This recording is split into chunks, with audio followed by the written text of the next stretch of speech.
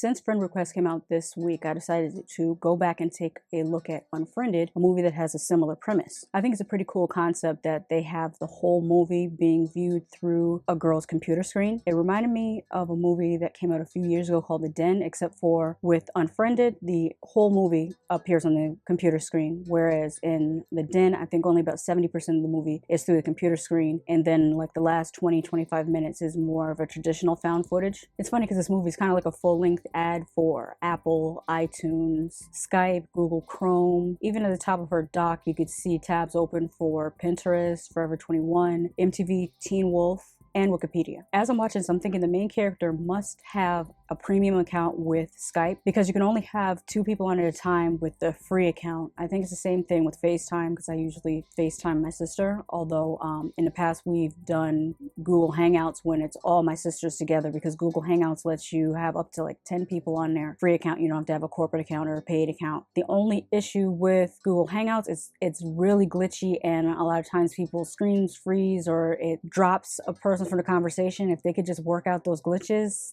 I mean, Google Hangouts would be it. I don't know what their issue is. I like how while she's on this group chat, you see her looking up things on Google and you see her having these side conversations in Messenger. I also admire how fast her computer is because if I was on a group chat and I had music playing and I had 8 tabs open and I was on Messenger and I was Googling things at the same time, my computer would freeze. And I'm using a MacBook Pro, so you would think it would be a lot more powerful, but if you try to do too many things at once, it's just like, don't play me like this. Forgot to mention the main character's name is Blair, and she's on a group chat with her boyfriend and another group of her friends. If you've seen the trailer, then you know they have an unexpected guest in their group chat and they're trying to figure out who it is. We learn in this movie that these are not good people. They are jerks to each other and I assume everyone else in their school, and it kind of makes you feel good to see them get what's coming to them. Watching a ghost account stalk them was pretty engaging and very fun to watch. The acting was very believable. They sounded like it was a real conversation. It didn't sound like acting at all. The acting is believable. They sound natural, like this is a real conversation. The script is written really well for it to sound so natural. There was only one line I thought was weird, and that's when one of the girls asked what a troll is, and I was thinking, who doesn't know what a troll is, especially a group of teenagers? The kills weren't super interesting, but they were still fun to watch. My 2 favorites were the blender and the curling iron kills. The ghost of Laura Barnes makes a really compelling villain, except I was expecting there to be something more extreme happening on the YouTube video that caused her to commit suicide. Spoiler alert, it's just a video of her passed out drunk and having pooped on herself. I didn't see that as something so extreme to kill yourself over. I mean, there's way more embarrassing things that could be posted online about a person. But then again, I've never been popular, so I don't know what that would feel like to fear losing your popularity. At least you got invited to a party to pass out at. I guess a social outcast can't really relate. Especially if you go to school and people are talking shit about you or making fun of you or trying to put you down every day. I mean, to the fact that, for example, 7th grade, little boys walking past me in the hallway calling me ugly and literally barking at me. If that happens every day, there's not really much you can say to make me feel like, oh, my world is gonna end, because the world is ending every single day. The 80s, when people did their bullying in person. Anyways, I give this a 6.5 out of 10 for enjoyment. I like the idea of it. I like the concept of it. I don't think that I would have paid to see this in a movie theater, which obviously I did not pay to see this in a movie theater, because it would just be a giant computer screen up there the whole time, and that's kind of odd. I watched this on my computer and actually had more fun that way. I didn't even jump it from my computer to the Roku or anything. I watched it right on my computer screen, and I feel like that's the way it should be watched.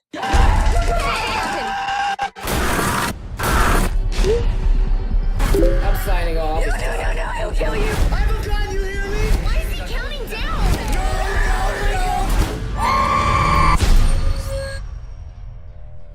This is gonna be fun.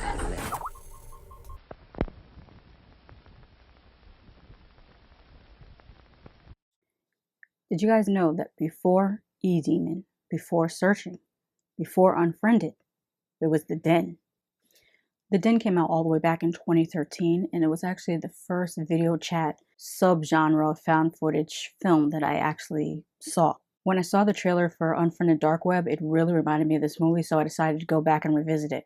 Just in case you're new to my channel, first of all, welcome. Who knew all the way back then that this would become an actual subgenre? Because found footage already is a subgenre of horror, and I guess video chat found footage would be a subgenre. So let's get into it. The Den is about a woman named Elizabeth, who is, I don't know whether she's a graduate student or professor. All I do know is that she does apply for a grant in order to study human behavior within the realm of video chat space. When she is given this grant, she decides that she's going to do the study by being on video chat 24/7. She starts off mostly using an app called The Den, which is pretty much the movie's version of chat roulette. What I kind of liked about that is that the actors that played the other participants in The Den were really good, and I thought a lot of the interactions were very realistic. This is another person with a messy, scattered desktop, which if you've seen my review for E-Demon, you know how I feel about that. As I was rewatching this, I was kind of thinking to myself, is chat roulette a thing that still exists? And I actually went on Google, and the site is still up, and I guess people are still on there using chat roulette. That reminds me, I should log into my old MySpace account and start using it again, because MySpace is still there. And I never deleted my account, I just stopped logging in. Not all this movie takes place on video chat. There are parts of the movie where cell phones are used kind of as a point of view camera. Those bits took me out of the movie for a moment because it was hard to justify why they would be using their cell phone camera in this way. This whole subplot of people being harmed or killed for real and for the entertainment of others is something that both The Den and Unfriended Dark Web have in common. However, that's not entirely a brand new concept, because I believe that it was kind of explored in Videodrome, which is a movie that came out in 1983. Another commonality between the two films is having a third party control your laptop and blackmail you or coerce you to do things that you ordinarily wouldn't do. That happens in both The Den and Unfriended Dark Web.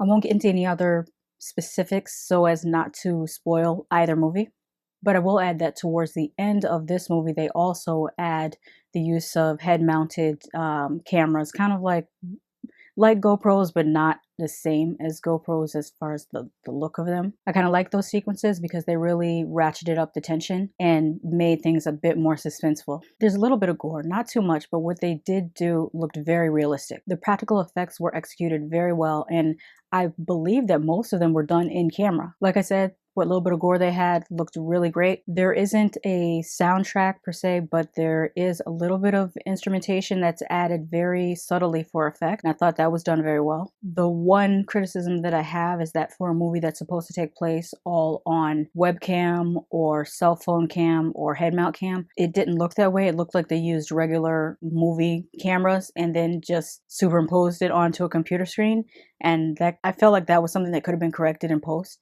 I mean, I just use simple as iMovie to edit my videos, and that even has the capability of altering your footage to make it look a little bit more grainy, or to lower the resolution, or to use different filters. So there's really no excuse for why, even if they did use standard movie cameras, that they didn't go back and post and retouch the recording to make it look more like a webcam would look. I also like how Elizabeth's character responded to most of the situations. I like the way she was written. She didn't do the same stupid horror movie tropes that they have a lot of characters do, especially female characters. When shit went left, she immediately notified the authorities. She gave a report. She started looking up ways to protect herself, like firearms and weapon training, and like she was very proactive in trying to protect herself. I feel like the less that I tell you about the movie, the better you'll enjoy it for people who haven't seen The Den. I'm going to come back to you in a second and talk to you about Unfriended Dark Web.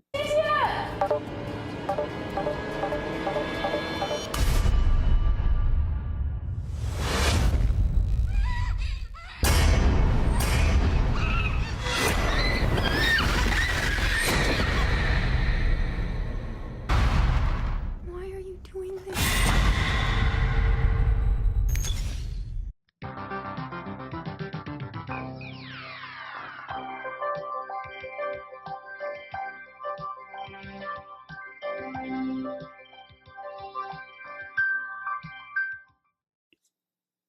And we're back. First of all, shout out to Summer Elmore who suggested Unfriended Dark Web. Thank you for that.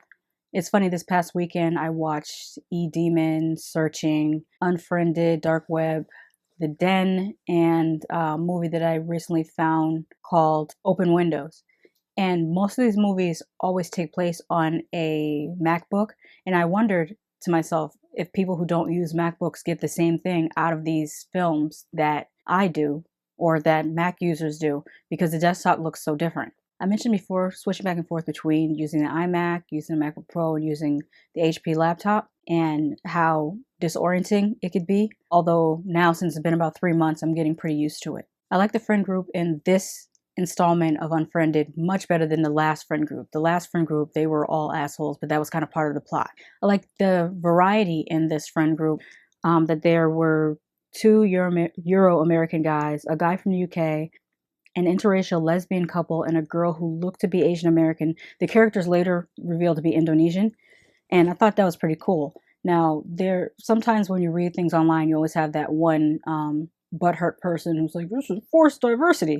And dear butthurt person, I don't know where the hell you live, but this is my reality. This is a lot of people's reality, where our friend groups are very diverse. That was realistic for me. I know that not everyone has the benefit of interacting with a diverse group, but don't shit on it because it's really pretty dope. And when I say this is my reality, I'm not just blowing smoke up your ass. And I kind of wonder who these people are and how isolated they are, because I literally have European cousins, and I actually have friends who happen to be gay and in interracial marriage. So I just thought that was completely realistic for me. Our main character's name is Mateus, and so we see most things from his point of view. Mateus finds this computer at a coffee shop. There's a cyber cafe that I've been working at, and this computer was sitting in the lost and found for the last 3 or 4 weeks. Hang on, you stole someone's computer? I didn't steal it. Oh, yeah, okay. That's messed up. And I found this folder, it was hidden. And it automatically connects you to this thing. That I believe he states was in the lost and found for 1 or 2 weeks. And that's how we start the movie, with this brand new found computer that he has.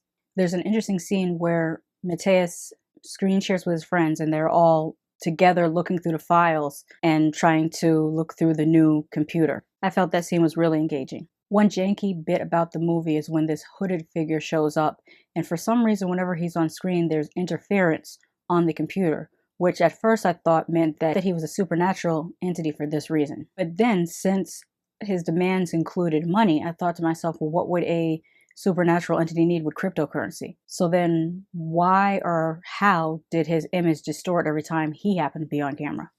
But enough about that. Let's talk about the kills. The first one was more implied, and it was, we'll just say, about something corrosive.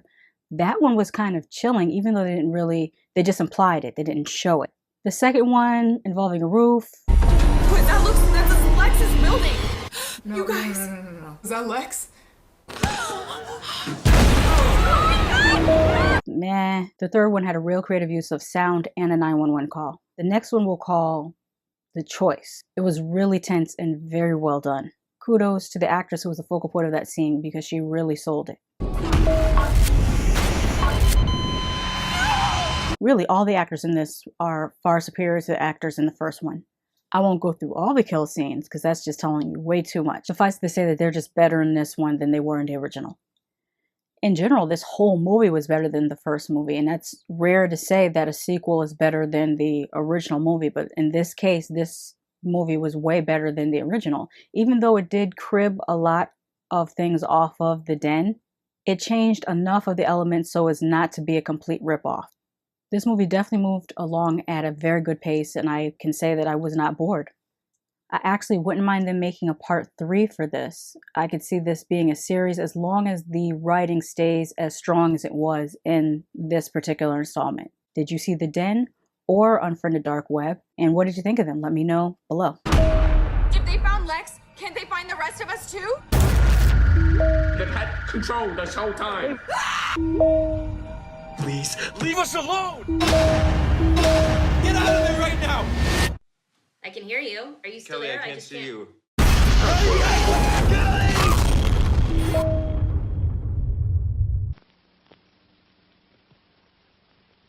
Let's talk about Open Windows. Much like The Den, this really flew under the radar as far as movies go. This stars Elijah Wood as a man who gains access to his fave's computer. Funny thing is, when I first put this on, the very first scene is of I would call it a horror fantasy type movie.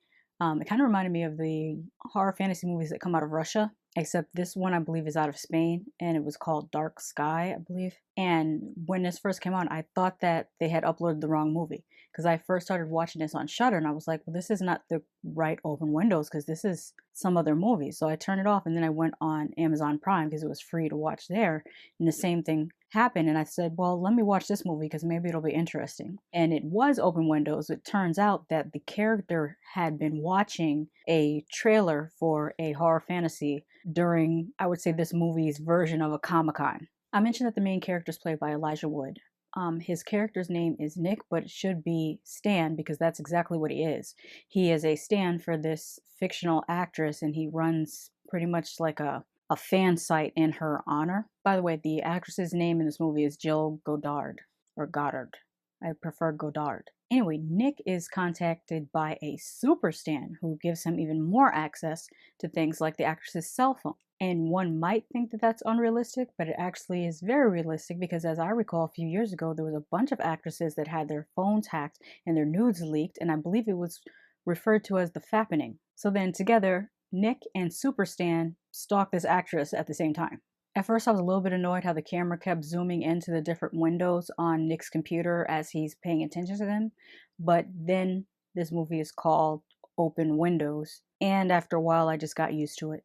Out of all the movies like this that I saw, I think this is the only one that actually takes place on a PC laptop instead of a MacBook. What stands out about this movie is that it's way more voyeuristic than the others that are like it. He goes down a really bad rabbit hole of fuckery at the direction of the super stan. Eventually he gets manipulated and blackmailed into doing some really wild stuff. I thought one plot hole would be that the super stan keeps telling him that he can't let anyone see him do these things, but he's in a hotel doing these things and there's video cameras everywhere, or hotel surveillance cameras everywhere. So I thought that would be a plot hole, but then it's shown that the super stan has access to all these cameras and he can manipulate them and probably rewind, erase, or do whatever he wants to them. And remember how I said the super stan was able to hack the actress's phone? Well, he goes back and does this and turns her camera on without her knowledge. That stood out to me because there's a lot of people who have that fear in real life. And I mean, you've seen these people when you go into a coffee shop and you see the person sitting there and they have like a little piece of tape over the camera on their laptop. It's because they have that fear of someone turning on their webcam and watching them without their knowledge. I thought about that for a minute. Like when I was in grad school, I saw people do that. And for a minute, I thought about taping mine up. And then I remembered, well, what would they see? They would see me chewing gum and typing. That'd be the most boring. Like if someone were to turn on my webcam, it would be the most boring thing. Maybe they'll see me scratching my nose or something. There's nothing to see. And I don't keep my laptop open when I'm not using it. So it's not like they could just look at me doing stuff in my room because I close my laptop when I'm not using it. There's another scene that kind of took me out of the movie, and that's when Super Stan is telling Nick to send this file to the actress or else he's going to hurt the actress. And there's a shot of the Super Stan supposedly in the house with the actress, and he's got a knife in his hand. But if he was giving these directions verbally, which he did, he was giving these directions verbally to Nick, how could the actress not hear him giving these directions verbally because he was less than maybe 6 or 7 feet away from her? That part kind of didn't make sense unless you had, a group of people working together, or that should have tipped Nick off that maybe Stan was not, or Super Stan as I called him, was not working alone. And then I started thinking, well, what if because of that issue that didn't make sense, that Stan didn't exist at all? What if this is all in Nick's mind and Nick is Stan? That was my thought process at this point in the movie. Is it all in his head or is this really happening? You'll have to actually watch the movie to find out because I'm not going to tell you. The acting in this was pretty good, but when has Elijah Wood not delivered a good performance? I mean, since he was like a little big-eyed little boy in The Good Son, he's always been a good actor. And then Daniel Radcliffe rode in trying to steal his thunder. I can't be the only person that compares the two of them. There's a little bit of violence in this, but no blood or gore. The soundtrack was very cinematic, and that kind of took me out of the moment too, because if you're presenting this as a webcam found footage, to put a complete orchestral cinematic score behind it really takes you out of the moment. Another thing that takes you out, like I said in The Den, where they use regular cinematic cameras and then repurpose the footage as found footage, this does that too. You have scenes that are supposed to be with a dash cam and some that's supposed to be with a laptop webcam, and it looks too crisp, and they need to go back and do something about it and make it look more like a webcam and like a dash cam real footage. I feel like these scenes would have been so much better if the director actually used a real webcam and a real dash cam. Like, why not? If you're a director, you're directing found footage, shoot it like you're really making found footage.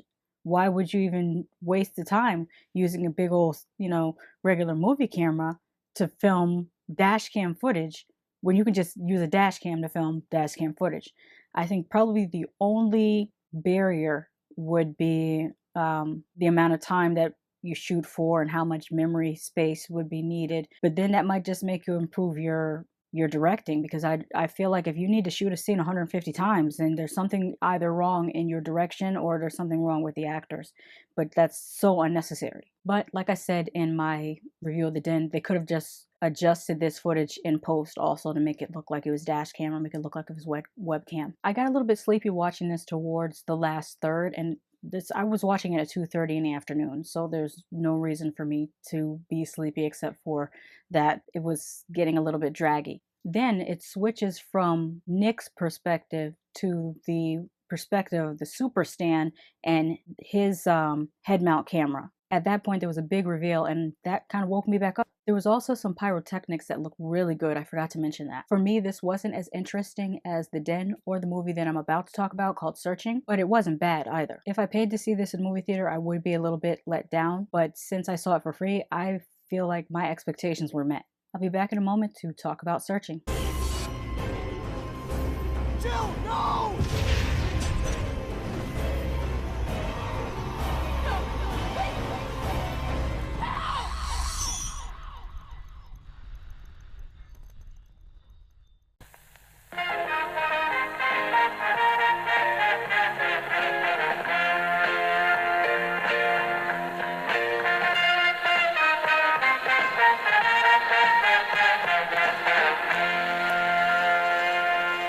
If I entertained you, made you smile, or helped you pass the time, please consider supporting this channel so that I can do that more. Horror channels often get suppressed and demonetized, but you can help in 3 ways: by pledging a monthly contribution on Patreon, sending a one-time tip using your preferred financial app, or you could help for free by liking and commenting for the algorithm, and most importantly, sharing this video on your social media. Thank you so much.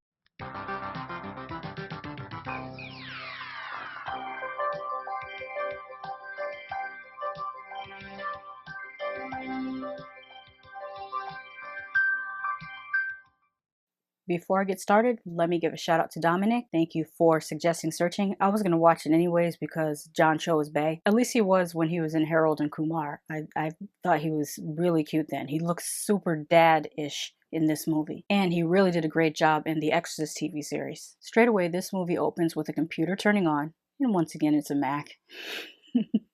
Always, right? Well, not always, because as we just saw in Open Windows, that was the only one that it was done on a PC, but all the others has been a Mac, so it's just a thing that I noticed. Not saying that one is better than the other, because they each have their merits. It just depends on what you want. I hate when people do that whole Mac versus PC versus Linux argument, and I don't like the whole iPhone versus Android argument, because that's like if we sat here all day and argued over whether Mitsubishis were better than Subarus or whether Volvos were better than Mercedes. It's all a personal choice. It's a personal preference. Whatever you like, you like. So like what you like and don't, diss other people for liking what they like. And that concludes my TED Talk on how not to be an asshole. So anyways, I was saying about the movie opening with the computer, and it's kind of like a walk down memory lane, because you see some of the older apps, you see how things used to look on Google, and I think there was an older Microsoft Paint or something like that as well. There was just all these, it was kind of, a walk down, like I said, a walk down memory lane of how computing used to look, 15 years ago, because the prologue tells us the story of this family through the computer, through their messages to each other, through their photographs, through them first creating social media profiles like when Facebook first popped up, when YouTube first became a thing. So that was really cool to see. Really, the intro of this movie is a masterclass on that film guideline of show, don't tell. And if you've seen this movie, you already know what I'm going to say about all those files on a desktop. My pet peeve. It almost gave me anxiety, the amount of files that he had just sitting on his desktop. But then I realized that it speaks to his mental state at the time. And so if you've seen the trailer, you know that this is about a father whose daughter goes missing and he has to use the computer to try to unravel the mystery of her disappearance. His first mistake was when he FaceTimed her and she was supposedly at a friend's house for study group, and he asked her which friend, and she says, "A new friend, you don't know them." Maybe my parents were stricter, but I couldn't go over to people's houses that they didn't know. As a younger teenager, they would have to know the parents too. Like, if I said, "Oh, can I go to my friend's house?" What does her mom say? "Call on the phone, I want to speak to the mother." Ended up working out because me being from a little bit of a small town, the parents got to know each other and ended up hanging out with each other anyways. But on the negative side of that, you couldn't get away with a whole lot because our parents hung out together and knew each other. So anyways, that was his first mistake. This is a solid mystery thriller, and different aspects of the story are unfolded, or they are peeled off like layers of an onion. I really liked how the story unfolds, especially the part that shows how phony some people can be for internet clout. The daughter, Margot, really had no friends at school. Some people did use her as a tutor, but weren't super friendly to her, even to the point where she ate lunch alone daily. Shout out to the people who've had to deal with that or are currently dealing with that. I went through that myself. I remember first day of school of 7th grade, I got to the cafeteria a little bit early because I guess the teacher let us out early. And I figured, well, if I sit down at this table, someone will eventually come by and sit with me. But no one did. And that happened for about a week straight. So then I just started having my lunch in the library because I didn't want to deal with, because not only is eating alone one thing, then you have the people at other tables all looking at you and whispering, going, "Shh, look at that girl over there eating by herself." So I went to the library and I actually met 2 friends in there who were also having their lunch in the library for almost the same reason. One of them I'm still friends with to this day. That's also when I got into reading Stephen King novels because the library was full of them. I do want to add for my younger viewers, if you're going through that, it can be tough, but don't worry, it's only a moment in time that will pass. And on the bright side, one of the girls that was whispering and getting her giggles off at me sitting by myself was arrested a couple of years ago for leaving her baby in a car in the middle of the winter. Back to the movie. Anyways, when Margot comes up missing, these same people who couldn't be bothered to even truly be her friend were making YouTube videos of themselves crying and calling themselves her best friend. Just trifling. I have no segue between that and this, so I'll just move on. Parts of the father's search kind of reminded me of the same methods that Neve and Max use on Catfish. I like how not every scene was completely visual. Like, there was some parts where we just hear the audio of phone calls because it's kind of unrealistic that everyone would be talking to each other on video chat. That's just not realistic right now. Maybe 10 years into the future, that'll be the norm. But right now, it's like 50-50. I mean, I usually call my mother on video chat. Sometimes I call my sister on video chat. But I think for the most part, we still text a lot more than anything. Want to know what was super cute in this movie? Or I don't know if I'm describing this accurately, or maybe I shouldn't call it cute. There was something really cool in this movie, and that was how they did a little bit of a nod to Unfriended. When the father goes on to Facebook, one of the Facebook profiles says Laura Barnes. The acting in this is really good. There are no weak links. There's a detective played by Deborah Messing. She's usually good. John Cho is always good. The young lady who played the daughter Margot, I understand that this is her first acting role, and she did really well. The guy who played the father's brother, he did a great job, and he's really good looking. I wonder if he used to be, he gives me, I was a model that became an actor. I don't know whether I'm, reaching, but he looks like he could have been a model that became an actor. There's a reveal in this movie as well. In retrospect, there were hints all through the movie It's up to the individual whether you pick up on them or not. For me, the reveal was kind of surprising. And then I thought about some of the hints that were dropped earlier, and I thought, well, why didn't I think of that, when those hints were dropped? But your mileage may vary. I must say I really enjoyed Searching, and I actually watched it twice. And I mean, just to put it out there, while everyone's creaming their pants over Mandy, I think Searching was a better film. But that's just my opinion. My daughter went missing. I know my daughter. Look into her behavior also. She gets a fake ID. I know my daughter. This is her keychain. She was my best friend. You broke his jaw. I know my daughter. I'm trying to help you find my daughter. I didn't know her. I didn't know my daughter.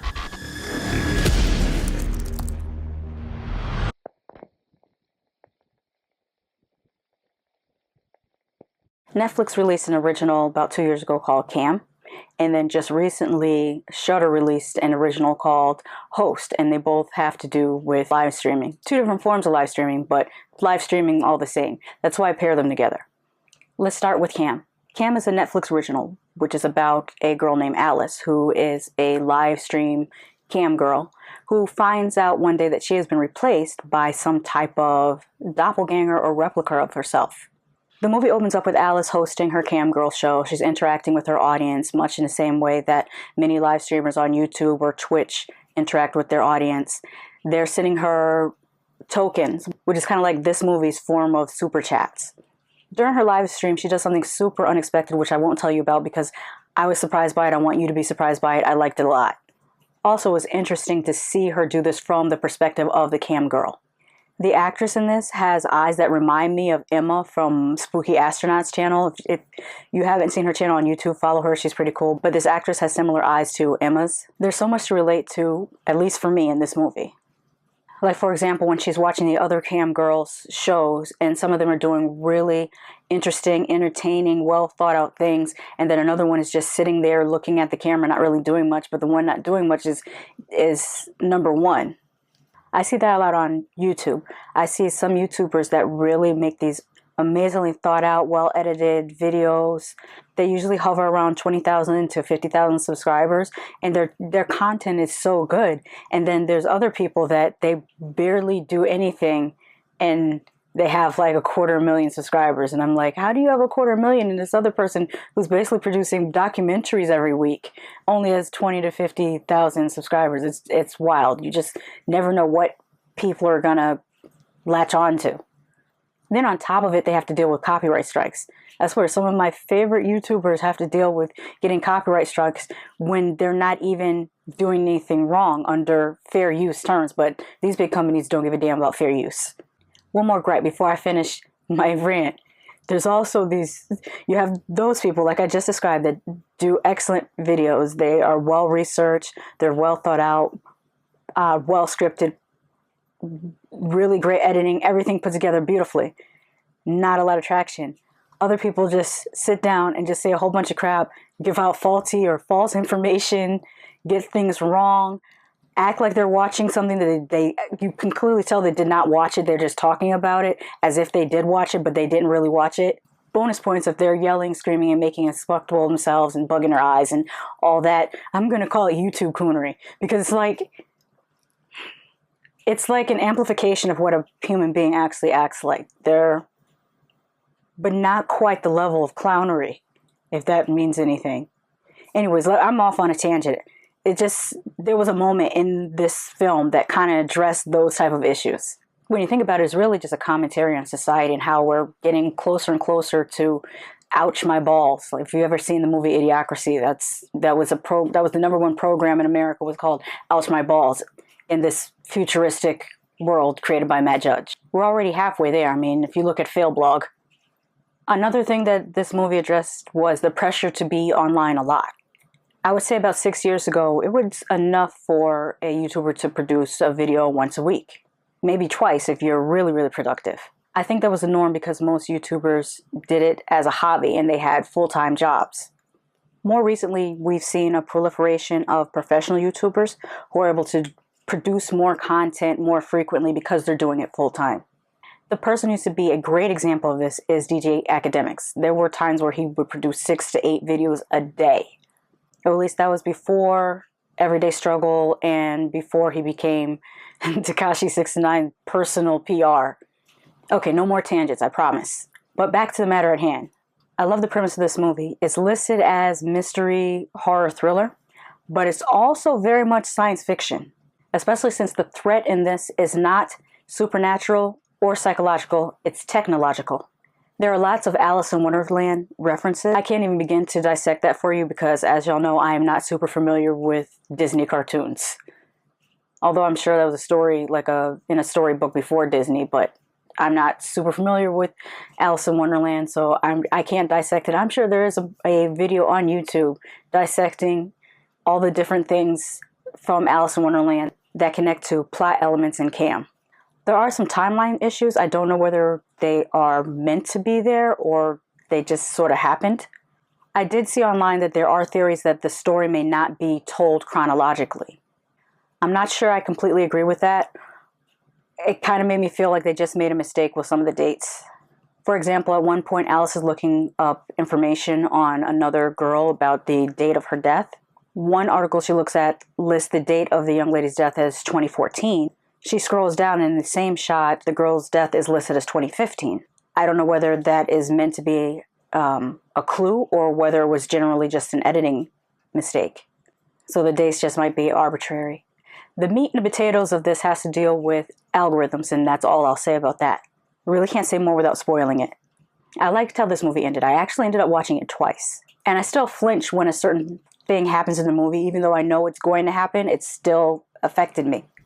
It speaks to a person's motivation for being a cam girl, a Twitch streamer, a YouTube content creator, or an Instagram influencer. Let's talk technical specs. This movie looks pretty good. I like the camera work, the lighting, etc. The acting is great. I really enjoy the soundtrack as well. It has a title track song called Galaxy by Missy Modell, and when you listen to it, it sounds exactly like All Around the World, La La La by ATC. I would put the music in this for comparison, but I don't want to get dinged for copyright. Suffice it to say, I really enjoyed this. For me, the Netflix movies are getting better and better, because if you've seen my other reviews, starting with The Open House, which was trash, The Apostle, which... there was another one. The Ritual, that was okay. It wasn't great. But out of those, so far, Cam has been the best. Hopefully they'll continue to get better. I'll be right back and we'll talk about Shudder and their original movie, Host. My face, and now I'm going to get it back. You stole my face, and now I'm going to get it back. Come on, let's keep playing. Come on, let's keep playing. Let's have some fun. Who is she?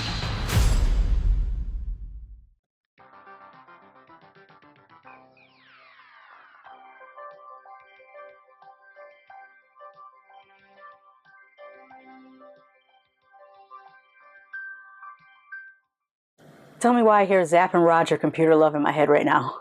Let's get into Host. This is a great little movie. Little because it's a great length for this format.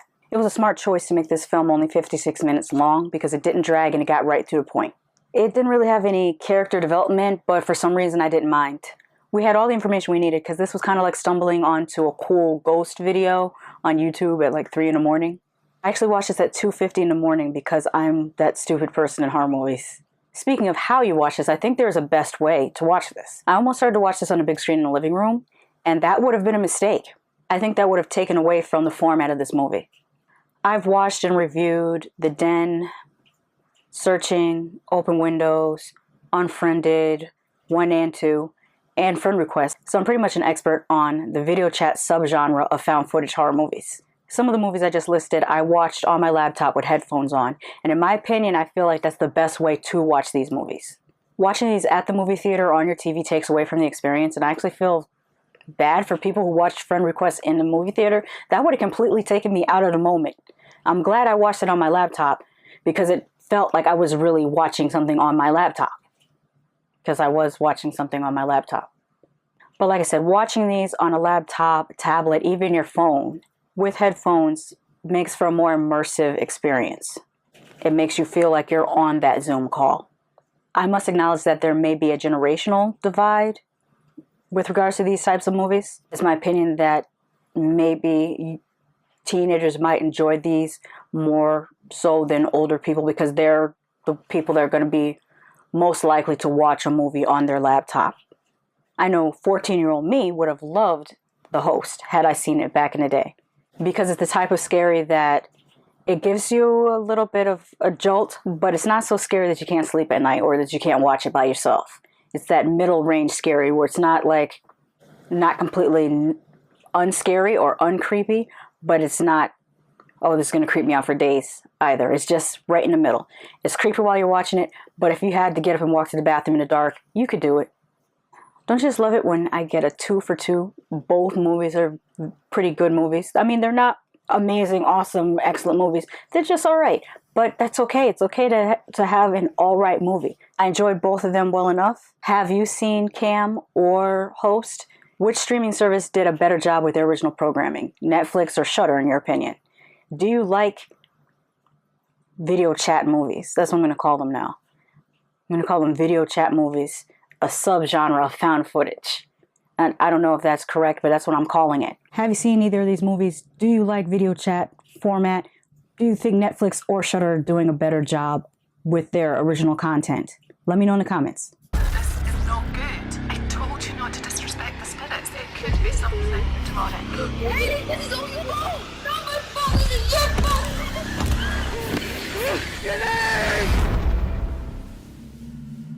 Emma, turn the filters off. Come on.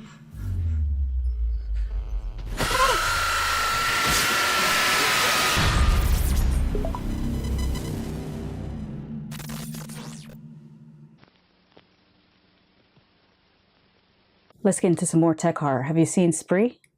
This had a great opening, had a very realistic feel. I love the little touches like how they misspelled his name on the Starbucks cup. That happens to everyone. And his name is like Kurt with a K, but they spelled it with a C just to make the point. I don't even give him my real name anymore. Like if they ask me I don't really go to Starbucks anymore.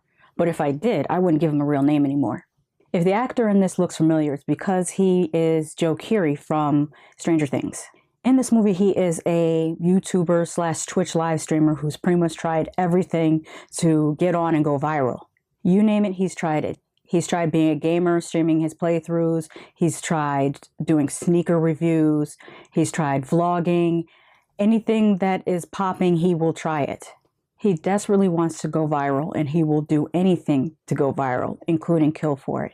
This was entertaining, and the writing was very snappy, especially for the internet geek in me. I didn't know from the trailer that this was going to be a horror comedy, but there were bits in this that made me laugh out loud. And those bits are funny because they're true, especially if you are familiar with internet culture and know the content that's being referenced. At one point, he picks up a trio that remind me of Jacqueline Hill, Tati Westbrook, and a combination of Jeffree Star and, what's the boy that his fans are called Thisters? James Charles. It has a bit about YouTube pranksters who were just plain mean-spirited. It also addresses that same thing that I just talked about in Cam, where some people do the most and they barely get views, and some people do the least and have 1 million subscribers. And let's we talk about how maybe allegedly, supposedly, some people buy subscribers and views. Anyways, if you're up on your online internet culture, you're going to get a little bit extra out of the jokes. Pay attention to the live chat messages because some of them are very, very funny. Did I mention that David Arquette plays his father?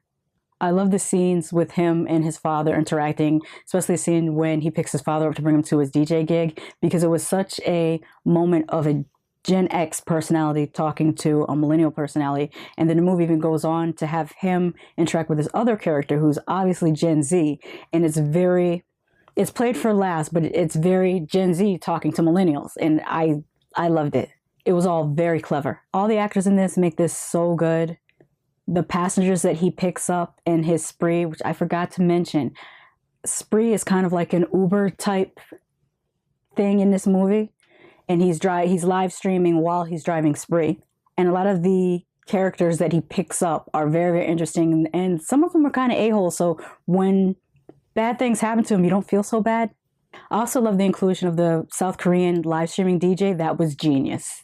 I want so bad to talk about the final girl because I love her so much. It was great. But if I talk about her, then you'll know which character she is. You might be able to guess it, but I don't want to spoil it. This was directed by Eugene Kotolenko. Did I say it right? Kotolenko. That's what I'm trying to pronounce. I hope I did it okay. And he co-wrote this with Gene McKay. They did a great job because they demonstrate that they very much understand internet culture.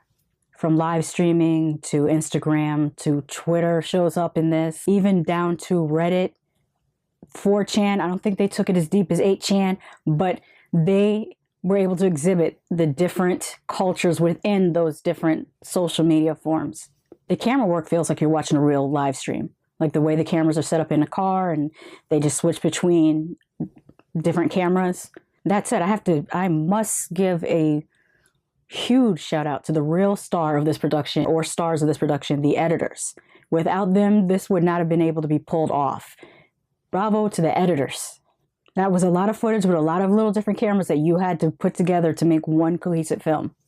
All in all, I was pleasantly surprised by Spree. I think it's probably one of my favorite movies of the year. Just recently, another movie concerning live streaming was released on Shudder called The Cleansing Hour. So I'm going to go check that out and I'll be right back to tell you about it.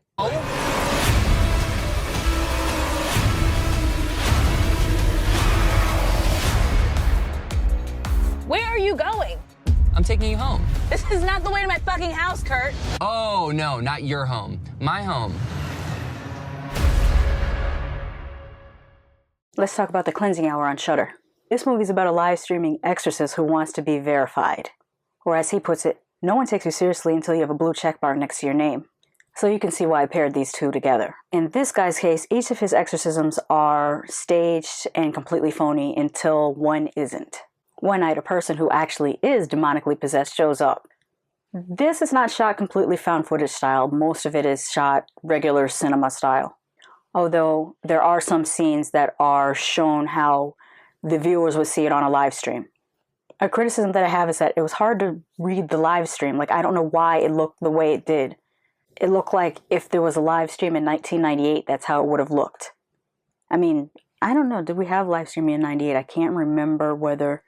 I don't think you could comment on it. I think you could stream live, but it was kind of very choppy looking. But I do believe that it actually existed then. But the way the fonts looked on the screen looked more 90s than current day or even early 2000s. I don't know what was up with that.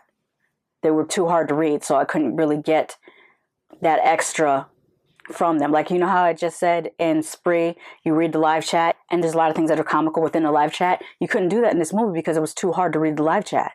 Why was it formatted that way? What app did they think looked this way? Was this done by someone who had never seen live streaming before? The opening scene was engaging and it did make me want to see where this was going to go. Warning, the second scene kind of contains some really bad karaoke that goes on for far too long. I do like that it cut away to the reactions of different people viewing the live stream. This movie became semi-interesting. I mean, it had all the elements that would make it an interesting movie, but for some reason I found myself yawning and being kind of bored at different points of the movie, at least in the middle third. But then the last third, it got interesting again, so I would say stick it out. I think I would have enjoyed this better if it was shot completely in the live stream format and not in the cinematic format, except for the last 10 minutes. And if they made the live chat more readable like it was in Spree. They could have just set up different cameras. Like, there's YouTubers that have 3 and 4 camera angles for their videos. So there was no reason why The Exorcist couldn't have like 3 or 4 camera angles for their videos and set up the live stream that way.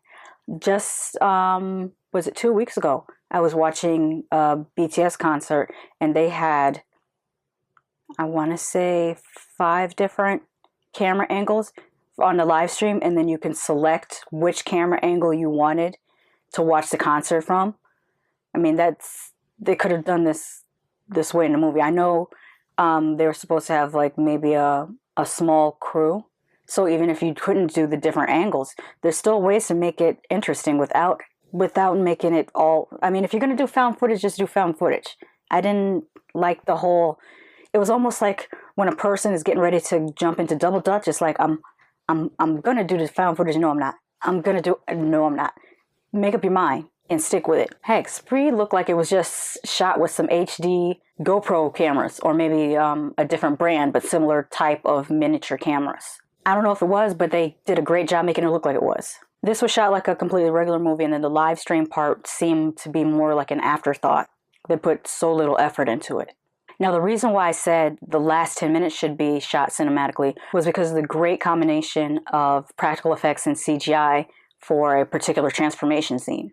The practical effects are better than the CGI part, but they come together to create a compelling image. The ending was very interesting, especially if you are familiar with the Omen franchise. And I think it's even funnier that the director's name is Damien Levesque.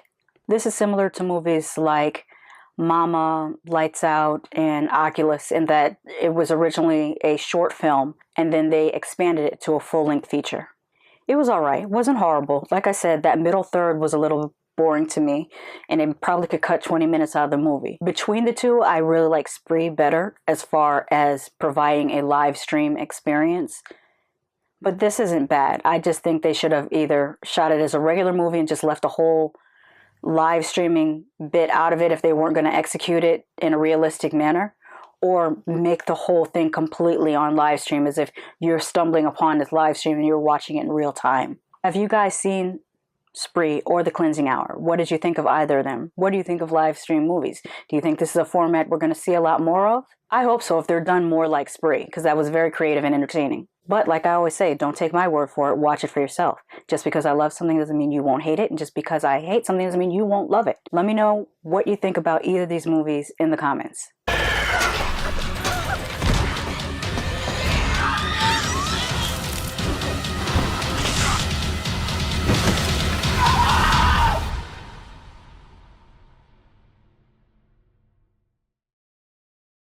Special thank you to my patrons. If you are new here, welcome to my channel. Feel free to like, comment, and subscribe. Reminder to new and returning Latchkey kids, don't forget to follow me on your preferred social media platform and check the community tab on YouTube for some fun extras. By the way, here are some other videos you might like.